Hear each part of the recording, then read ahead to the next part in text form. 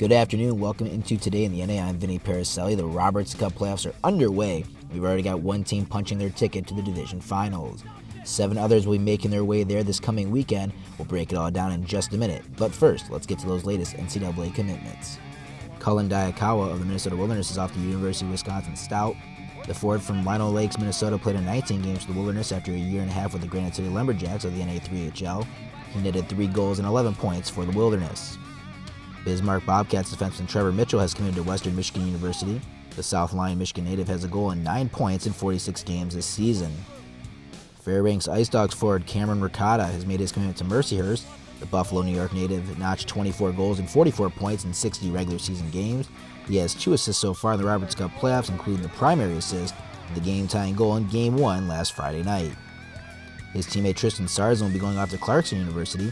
The D-man hasn't played too many games in Fairbanks, but he has certainly made an impact. He's got 4 goals and 7 points in 8 games this season, not including a goal and 3 points in 2 playoff games in their series with the Wilderness. Lucas Sedlicek of the Shreveport Mudbugs will be playing college hockey at Aurora University. From Staten Island, New York, Sedlicek has 14 goals and 27 points through 51 regular season games. He also picked up a goal last week against Lone Star.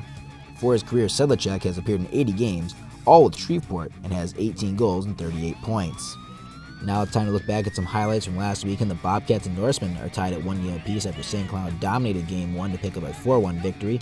Blake Perbix picked up a pair of goals. Broughton Sabo and Nick Young also lit the lamp. Game 2 went to the Bobcats as Ben Tromley scored in double overtime to lift the Bobcats to a 2-1 win and bring the series even heading back to Bismarck.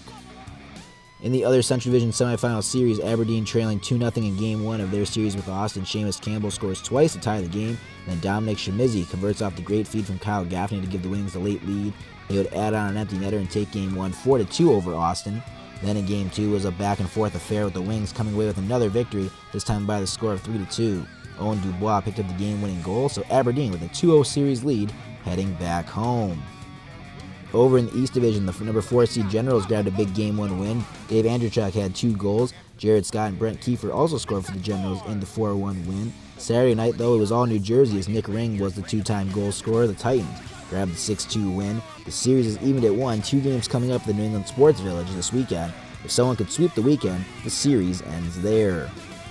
Jamestown Johnson in the other East Division series, Game 1 needed double overtime, and it's Colby Amici scoring the game-winning goal for his first goal of the playoffs, a 2-1 win for the Rebels in Game 1.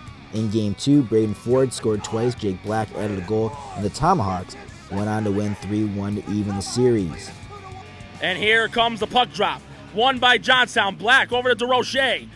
Wide of the mark. Ford open net. Goal! And Johnstown comes from behind. They were down 3-1 in the second period.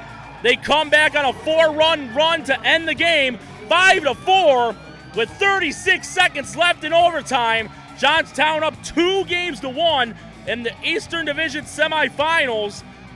In the Midwest Division, the Fairbanks Ice Dogs were just a few seconds away from being down 1-0 in their series with the Minnesota Wilderness, but Tyler Stewart scored with just 27 seconds left in the game to tie it and force overtime. Then it was Brendan Miles who scored just 2:12 in overtime to win the game for Fairbanks 3-2. They took that momentum and buried the Wilderness in Game 2, a 7-1 win to give the Ice Dogs a 2-0 series lead. They can punch their ticket to the Midwest Division Finals with just 1 win this weekend. The Anchorage Wolverines will be waiting for the winner of that series. That's because they are already in the division final after they swept the Springfield Junior Blues in Springfield. Hunter Schmidt scored with just over 3 minutes remaining in Game 1 to give the Wolverines a 2-1 victory and a series lead. Game 2 had a similar finish as it was also a 2-1 Anchorage victory. Corey DePonio netted the game winner in the third period. So we put another in. Springfield Junior Blues need to win to keep their season alive, and they go down 2-0 after the first period of play. Not the start they were looking for, but 2 goals in 3 minutes tie the game for Springfield in the second. Jackson Reineke puts Anchorage back in front early in the third. We skip ahead to the end of the period. Leo Bacallo stuffs in the game-tying goal with less than 30 seconds remaining. The Junior Blues force overtime. In the extra period, the pass comes over to Matt Johnson, who buries the shot past Ethan Roberts, and the Wolverines pick up the win and the series sweep of the Junior Blues. They'll be getting the weekend off and get ready to prep for the Midwest Division Finals. In the South, we told you not to expect a lot of goals between Shreveport and Lone Star, and in Game 1, we only got one. Logan Tobias scored in the opening period, and that was it. Lone Star gets 22 saves from Arthur Smith in a 1-0 Game 1 victory. Game 2 had a little more offense. 4 goals in the opening 20 minutes, 3 of them from Lone Star. Shreveport would make it close, but they could not tie it up. Lone Star pushes the defending champs to the brink with a 3-2 win in Game 2. That series shifts to Shreveport tonight. Then it was the first ever playoff games for the New Mexico Ice Wolves. They hosted the Wichita Falls Warriors in Albuquerque. A wild first period saw 4 goals in the opening frame, another pair of goals traded in the second, and then finally the game winner coming off the stick of Carter Corpy for the Warriors. Game 1 to Wichita Falls by a score of 4-3. In Game 2, the Warriors strike first with Cade Lemmer on the power play. New Mexico would respond with a man advantage of their own. Nicholas Javier buries the puck past Milberg after the mad scramble in front. Opening seconds of the third, Sully Scholl, bar down. His blast gives the Ice Wolves their first lead of the night, and they would eventually give them their first ever playoff win, 2-1 over the Warriors. The Robertson Cup playoffs continue tonight on Hockey TV. 7 games for you on tap tonight and continuing throughout the weekend. Who will reach the division finals? You'll need to tune in to find out. Follow the NAHL on social media for the latest updates from every series, and for up-to-the-second scores, check out NAHL.com. Until next week, thanks for watching Today in the NA. I'm Vinny Paracelli.